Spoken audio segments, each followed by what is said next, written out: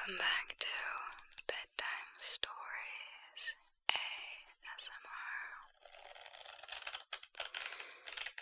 We are back with another Greek mythology video, moving right along through the book.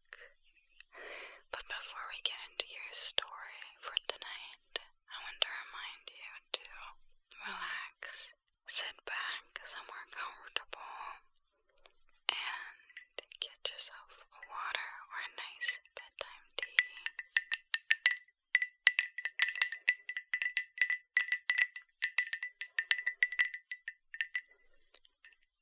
I'm having an iced Thai tea because it is the morning, actually, when I'm filming this. Let's get into our story. So, last time we heard about Theseus, and now we are hearing about his cousin, Hercules. I think that's supposed to be baby Hercules with the two snakes. Hercules. Ovid gives an account of Hercules' life, but very briefly, quite unlike his usual extremely detailed method. He never cares to dwell on heroic exploits. He loves best a pathetic story. At first sight, it seems odd that he passes over Hercules' slaying of his wife and children, but that tale had been told by a master, the 5th century poet Euripides, and Ovid's reticence was probably due to his intelligence. He has very little to say about any of the myths the Greek tragedians write of. He passes over also one of the most famous tales about Hercules, how he freed Alcestis from death, which was the subject of another of Euripides' plays. Sophocles, Euripides' contemporary, describes how the hero died. His adventure with the snakes when he was a baby is told by Pindar in the 5th century and by Theocritus in the 3rd. In my account, I have followed the stories given by the two tragic poets and by Theocritus rather than Pindar, one of the most difficult of poets to translate or even to paraphrase. For the rest, I have followed Polydorus, a prose writer of the 1st or 2nd century AD, who is the only writer except Ovid to tell Hercules' life in full. I've preferred his treatment to Ovid's because, in this instance only, it is more detailed. I like how we get the tea about the ancient Greek writers in the intros to all of these. It's very fun. If you hear some background noise today, please forgive me because it is raining outside my window, and I can do a lot to treat the sound, but there's not much you can do about rain. If you like this series, please leave a like and comment. It helps a small channel like this one so much. Thank you. The greatest hero of Greece was Hercules. He was a personage of quite another order from the great hero of Athens, Theseus. He was what all Greece, except Athens, most admired. The Athenians were different from the other Greeks, and their hero therefore was different. Theseus was, of course, bravest of the brave, as all heroes are, but unlike other heroes, he was compassionate, as he was brave and a man of great intellect as well as great bodily strength. It was natural that the Athenians should have such a hero, because they valued thought and ideas as no other part of the country did. In Theseus, their ideal was embodied, but Hercules embodied what the rest of Greece most valued. His qualities were those the Greeks, in general, honored and admired, except for unflinching courage. They were not those that distinguished Theseus. Hercules was the strongest man on earth, and he had the supreme self-confidence magnificent physical strength gives. He considered himself on an equality with the gods, and with some reason, they needed his help to conquer the giants. In the final victory of the Olympians over the brutish sons of earth, Hercules' arrows played an important part. He treated the gods accordingly. Once, when the priestess at Delphi gave no response to the question he asked, he seized the tripod she sat on and declared that he would carry it off and have an oracle of his own.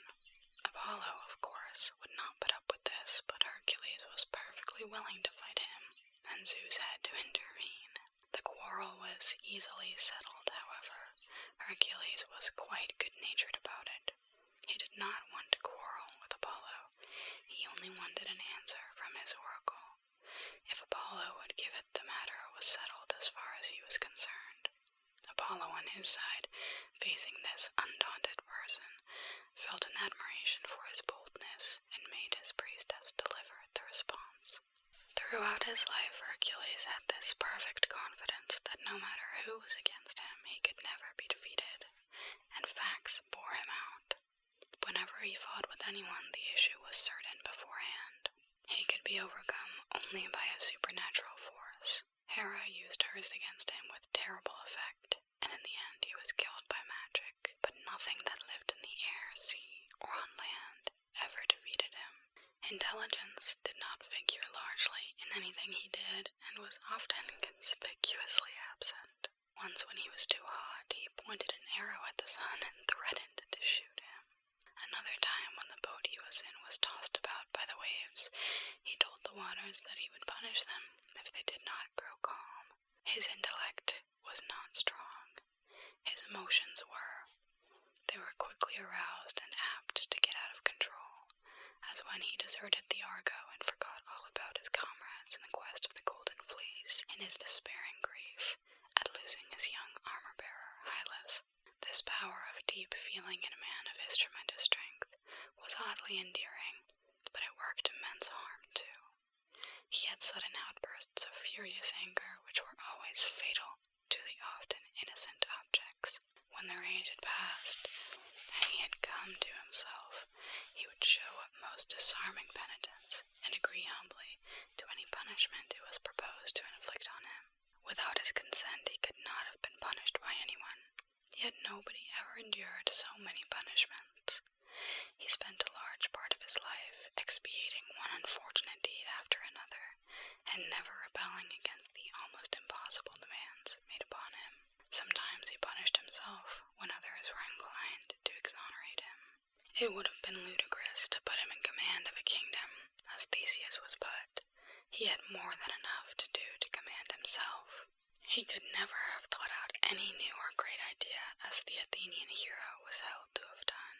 His thinking was limited to devising a way to kill a monster which was threatening to kill him. Nevertheless, he had true greatness.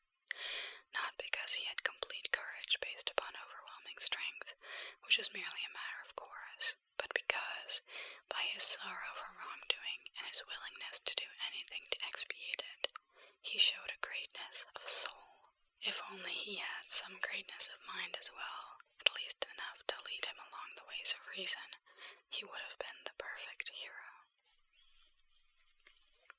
He was born in Thebes, and for a long time he was held to be the son of Amphitryon, a distinguished general. In those earlier years, he was called Alcides, or descendant of Alcaeus, who was Amphitryon's father. But in reality, he was the son of Zeus, who had visited Amphitryon's wife, Alcmena, in the shape of her husband when the general was away fighting. She bore 2 children, Hercules to Zeus and Iphicles to Amphitryon. The difference in the boys' descent was clearly shown in the way each acted in face of a great danger which came to them before they were a year old. Hera, as always, was furiously jealous, and she determined to kill Hercules.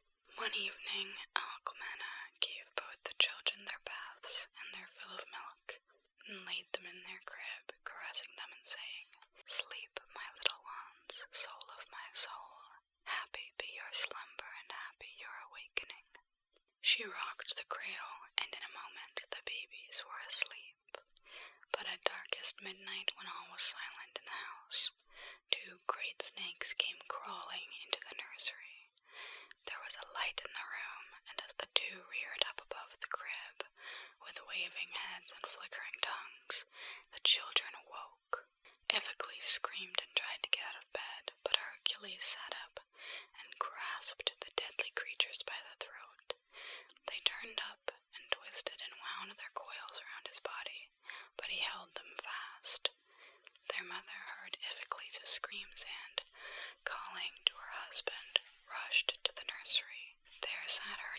laughing in each hand a long limp body. He gave them gleefully to Amphitryon. They were dead. All knew then that the child was destined to do great things. Tiresias, the blind prophet of Thebes, told Alcmena, "I swear that many a Greek woman, as she guards the wool at eventide, shall sing of this your son, and you who bore him. He shall be the hero of all mankind." Great care was taken with his education, but teaching him what he did not wish to learn was a dangerous business. He seems not to have liked music, which was a most important part of a Greek boy's training, or else he disliked his music master. He flew into a rage with him and brained him with his lute. This was the first time he dealt a fatal blow without intending it. He did not mean to kill the poor musician. He just struck out on the impulse of the moment without thinking, hardly aware of his strength. He was sorry, very sorry, but that did not keep him from doing the same thing again and again. The other subjects he was taught, fencing, wrestling, and driving, he took more kindly, and his teachers in those branches all survived. By the time he was 18, he was full grown, and he killed, alone by himself, a great lion which lived in the woods of Cytherion, the Thespian lion. Even after he wore its skin as a cloak with the head forming a kind of hood over his own head. His next exploit was to fight and conquer the Minions, who had been exacting a burdensome tribute from the Thebans. The grateful citizens gave him as a reward the hand of the Princess Megara. He was devoted to her and their children, and yet his marriage brought upon him the greatest sorrow of his life, as well as trials and dangers such as no one ever went through, before or after. When Megara had borne him 3 sons, he went mad. Hera, who never forgot a wrong, sent the madness upon him. He killed his children and Megara too, as she tried to protect the youngest. Then his sanity returned. He found himself in his blood-stained hall, the dead bodies of his sons and his wife beside him. He had no idea what had happened, how they had been killed. Only a moment since, as it seemed to him, they had all been talking together. As he stood there in utter bewilderment, the terrified people who were watching him from a distance saw that the mad fit was over, and Amphitryon dared to approach him. There was no keeping the truth from Hercules. He had to know how this horror had come to pass, and Amphitryon told him.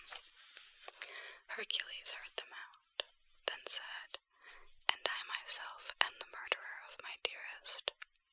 "Yes," Amphitryon answered, trembling, "but you are out of your mind."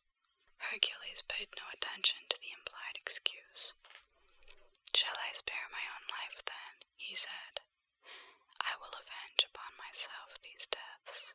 But before he could rush out and kill himself, even as he started to do so, his desperate purpose was changed, and his life was spared. This miracle, it was nothing less, of recalling Hercules from frenzied feeling and violent action to sober reason and sorrowful acceptance, was not wrought by a god descending from the sky. It was a miracle caused by human friendship. His friend Theseus stood before him and stretched out his hands to clasp those blood-stained hands. Thus, according to the common Greek idea, he would himself become defiled and have a part in Hercules' guilt. "Do not start back," he told Hercules. "Do not keep me from sharing all with you. Evil I share with you is not evil to me. And hear me. Men great of soul can bear the blows of heaven and not flinch." Hercules said, "Do you know what I have done?" "I know this," Theseus answered. "Your sorrows reach from earth to heaven, so I will die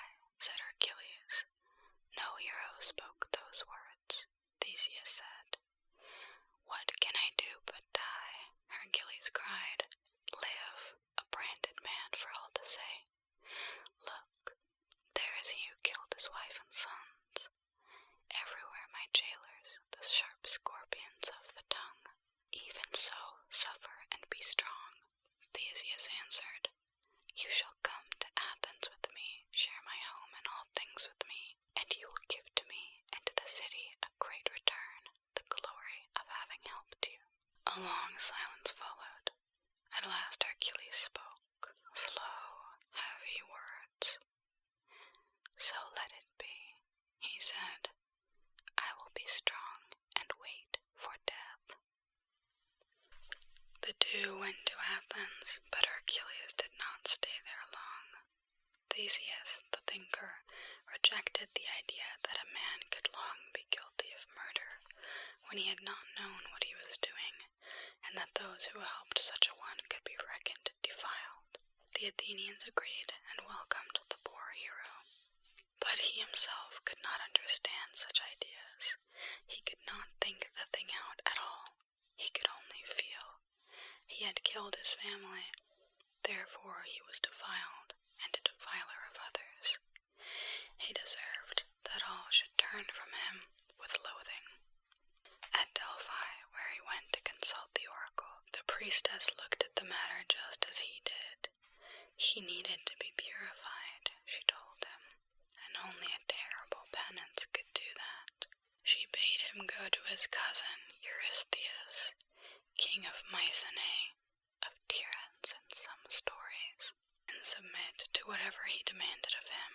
He went willingly, ready to do anything that could make him clean again. It is plain from the rest of the story that the priestess knew what Eurystheus was like, and that he would beyond question purge Hercules thoroughly.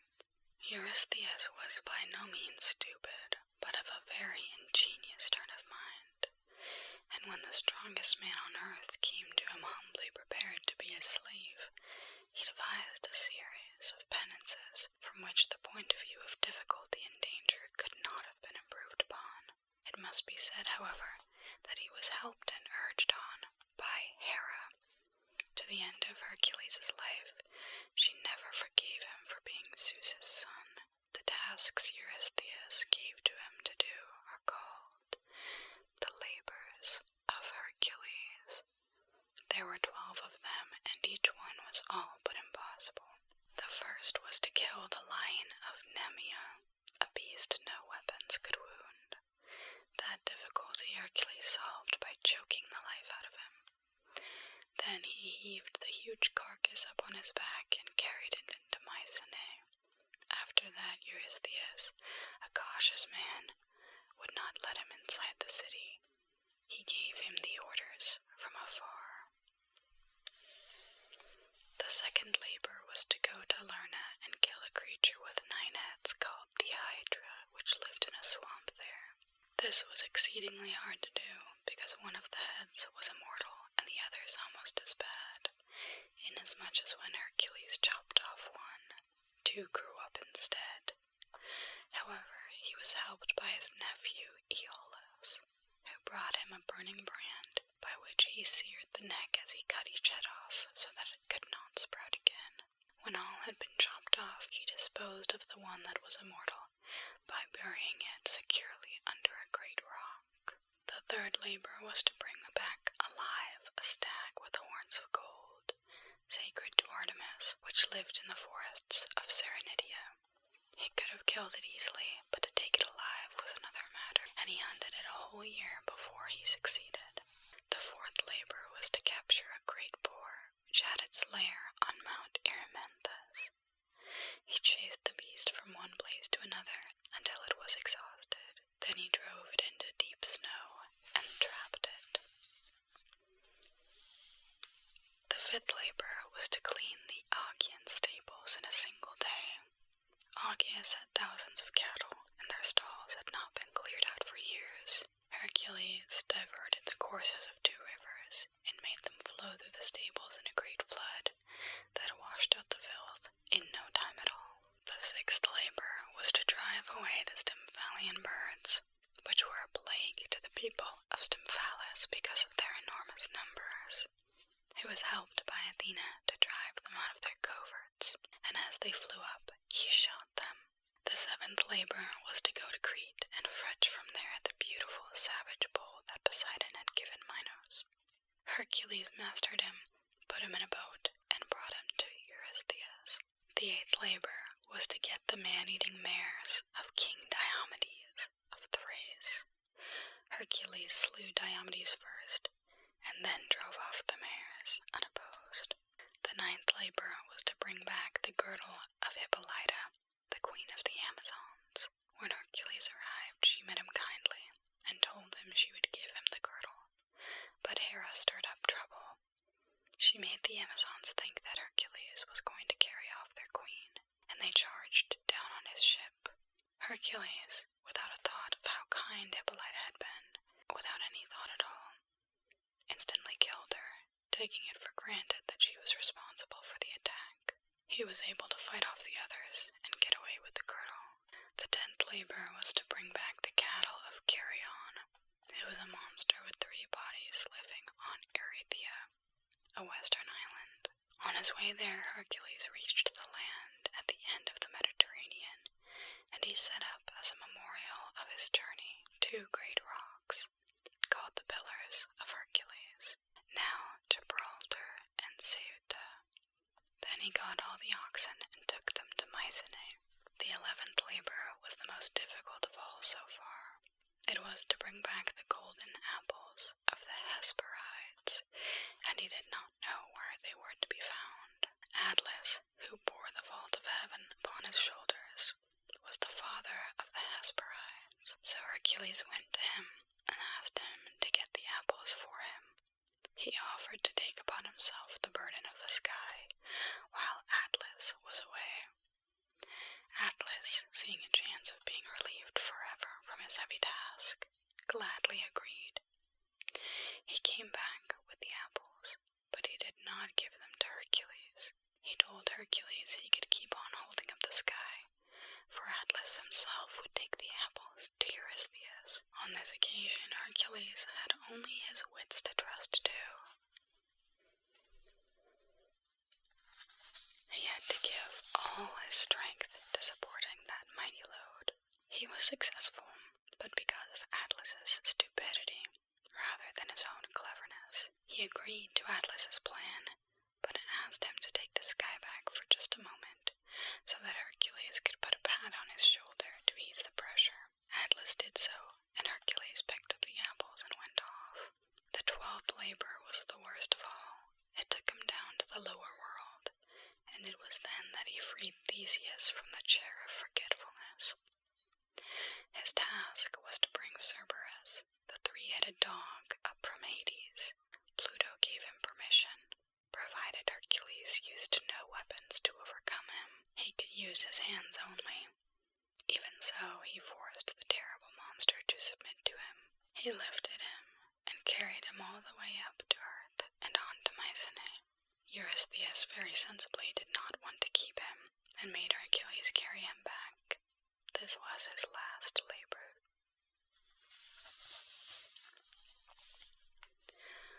Hercules carrying Cerberus.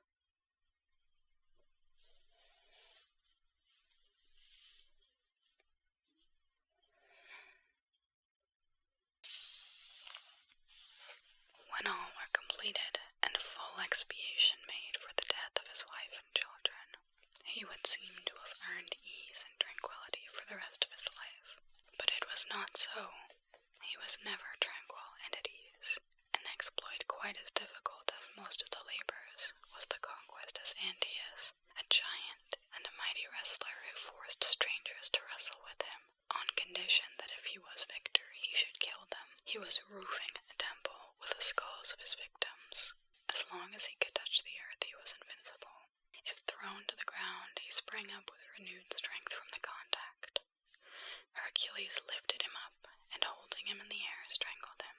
Story after story is told of his adventures.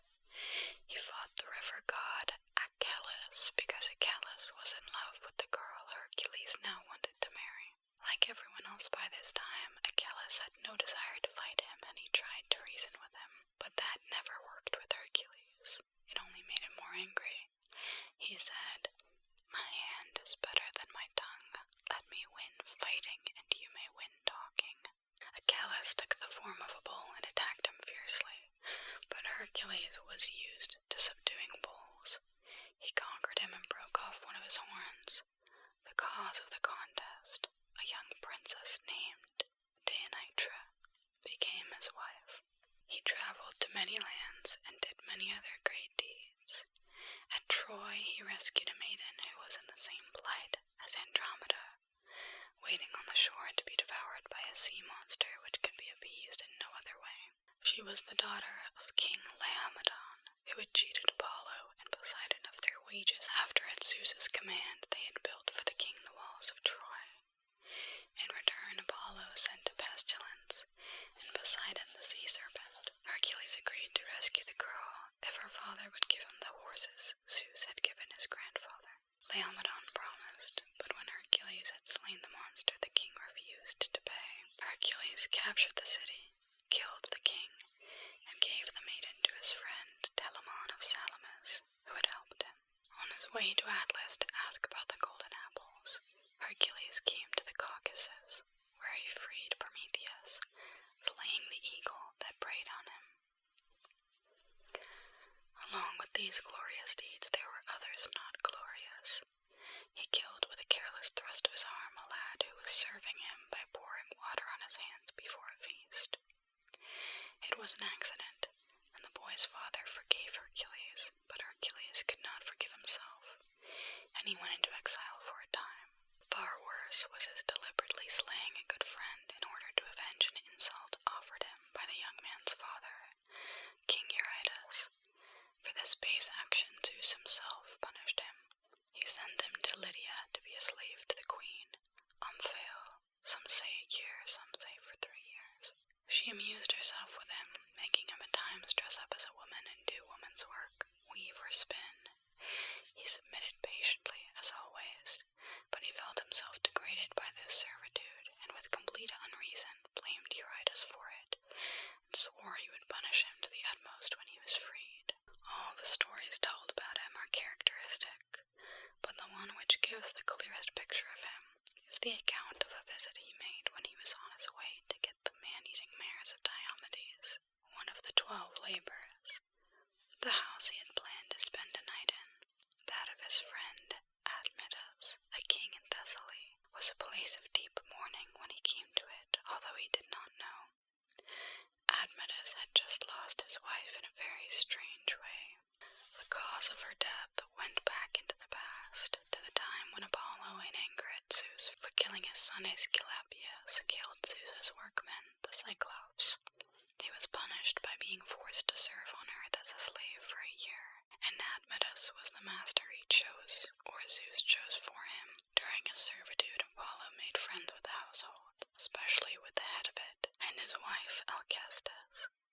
When he had an opportunity to prove how strong his friendship was, he took it. He learned that the 3 fates had spun all of Admetus's thread of life, and were on the point of cutting it. He obtained from them a respite. If someone would die in Admetus's stead, he could live. The news he took to Admetus, who had once set about finding a substitute for himself. He went first, quite confidently, to his father and mother. They were old, and they were devoted to him. Certainly, one or the other would consent to take his place in the world of the dead, but to his astonishment, he found that they would not. They told him, "God's daylight is sweet even to the old. We do not ask you to die for us. We will not die for you."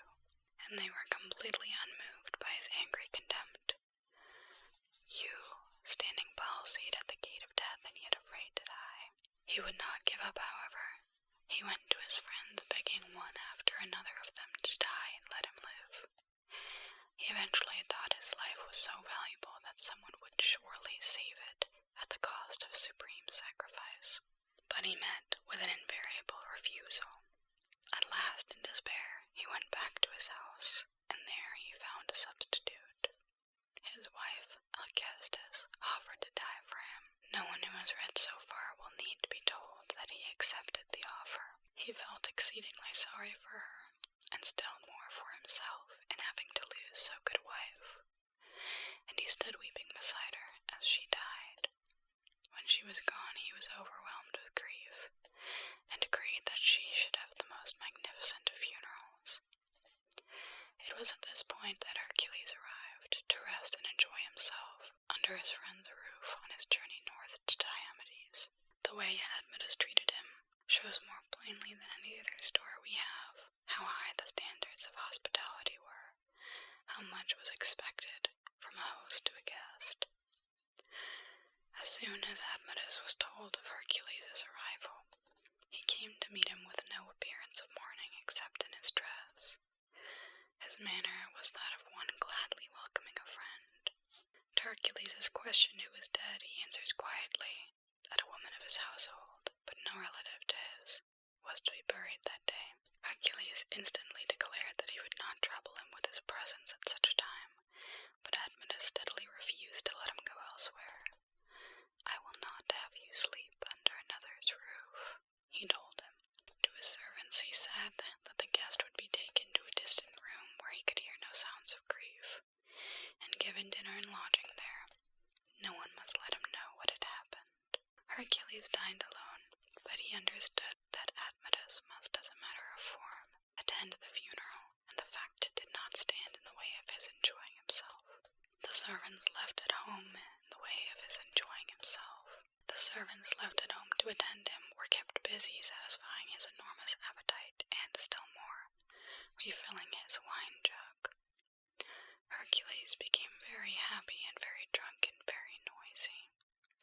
He roared out songs at the top of his voice, some of them highly objectionable songs, and behaved himself in a way that was nothing less than indecent at the time of the funeral.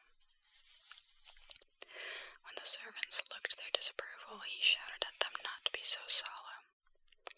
Couldn't they give him a smile now and then like good fellows? Their gloomy faces took away his appetite. "Have a drink with me," he cried. "Many drinks." One of them answered timidly that it was not a time for laughter and drinking. "Why not?"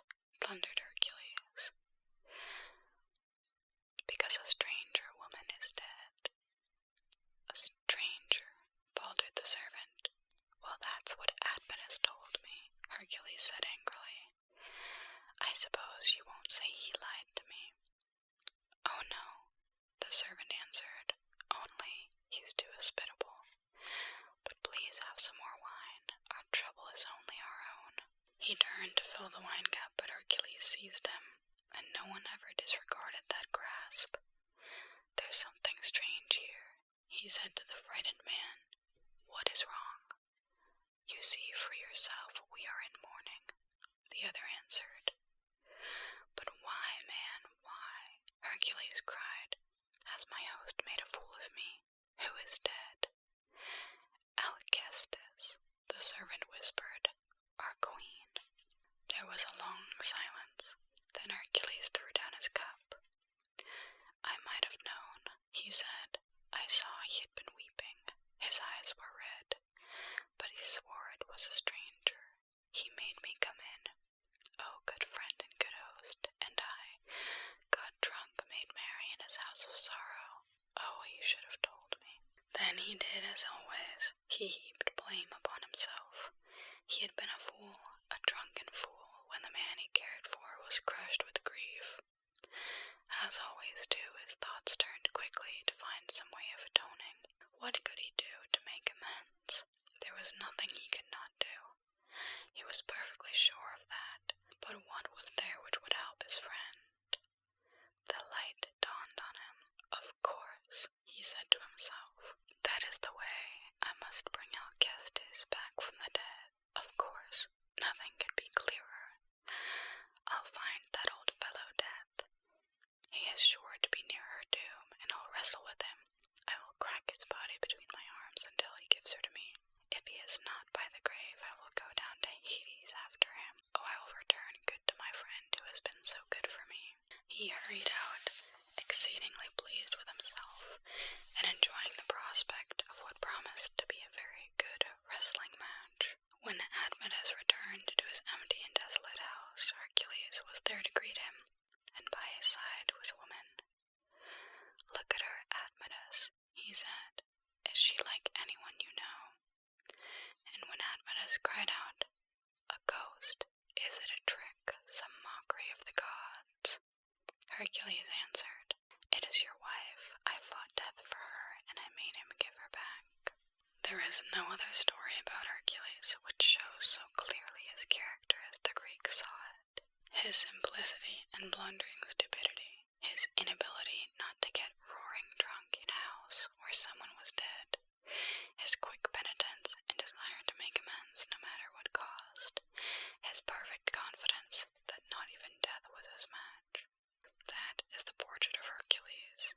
To be sure, it would have been still more accurate if it had shown him in a fit of rage killing one of the servants who were annoying him with their gloomy faces, but the poet Euripides, from whom we got the story, kept it clear of everything that did not bear directly on Aclestus' death, and returned to life. Another death or two, however natural when Hercules was present, would have blurred the picture he wanted to paint. As Hercules was sworn to do, while he was Omphale's slave, no sooner was he free than he started to punish King Eurytus, because he himself had been punished by Zeus for killing Eurytus' son. He collected an army, captured the king's city, and put him to death. But Eurytus too was avenged, for indirectly this victory was the cause of Hercules' own death. Before he had quite completed the destruction of the city, he sent home, where Deianira, his devoted wife, was waiting for him to come back from Ophale in Lydia, a band of captive maidens, one of them especially beautiful, Iole, the king's daughter. The man who brought them to Deianira told her that Hercules was madly in love with this princess. This news was not so hard for Deianira as might be expected, because she believed she had a powerful love charm, which she had kept for years against just and evil, a woman in her own house preferred before her. Directly after her marriage, when Hercules was taken her home, they had reached a river where the centaur Nessus acted as a ferryman, carrying travelers over the water. He took Deianira on his back, and in midstream insulted her. She shrieked, and Hercules shot the beast as he reached the other bank. Before he did, he told Deianira to take some of his blood and use it as a charm for Hercules if he ever loved another woman more than her.